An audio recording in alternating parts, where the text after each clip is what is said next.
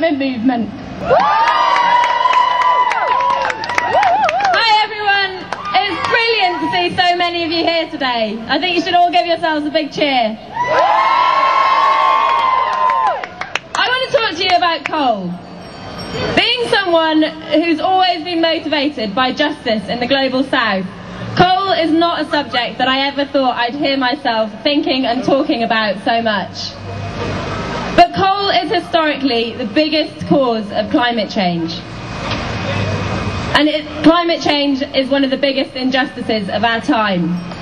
At the moment, the UK is standing at a crossroads in terms of its electricity production. Over the next few years, old, dirty coal-fired power stations across the country are scheduled to be shut down. This could and should be fantastic news. This could be one of the biggest opportunities we have had to move away from dirty, climate-damaging fossil fuels and towards a green energy revolution. But instead, our government is proposing a whole generation of new coal-fired power stations, starting with Kings North in Kent. Building new coal-fired power stations at this time is the most damaging thing that we could do in terms of climate change. We must stop coal if we're going to stop dangerous runaway climate change. But this is only possible if people like you demand it.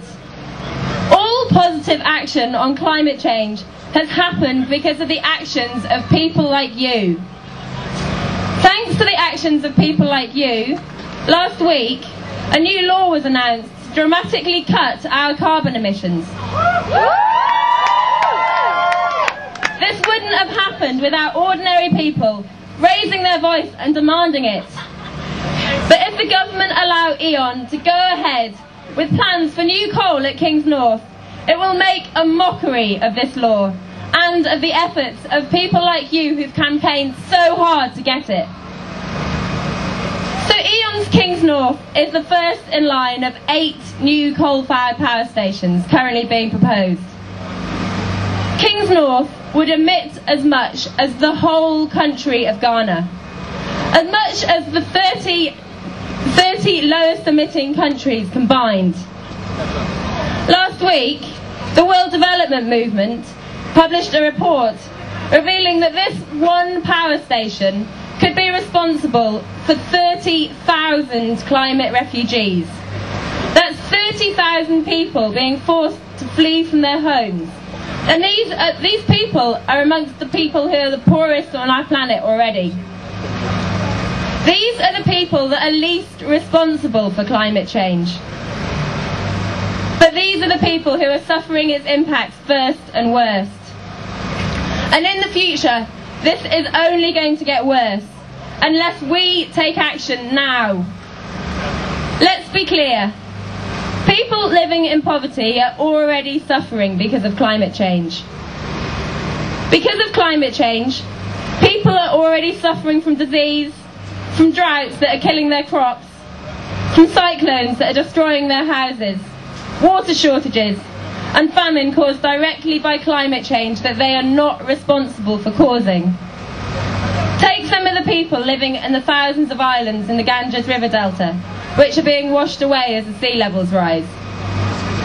These people consume virtually no fossil fuels. They have no electricity, they use candles for light, and they get around by walking or using rowing boats. For these people, there is no question about where the responsibility lies. The responsibility lies with us. So it's us who must take action. So, from our government, we've had targets, procedures and policies, but what we need to see is action. Thank you for marching today. Please continue to march, to campaign, to petition. Action from the government, that would be me, I'm the Prime Minister. Okay. Hi! Yeah, come on! Now! It's really cold. I'm going to be quiet. It's really cold and we need to keep warm or we're going to die. Okay, that's it. One more moment, madam. Get off the stage. One more moment. We've run out of fuel. All your old people are going to die. All your children are going to die. Okay, so for our next speaker.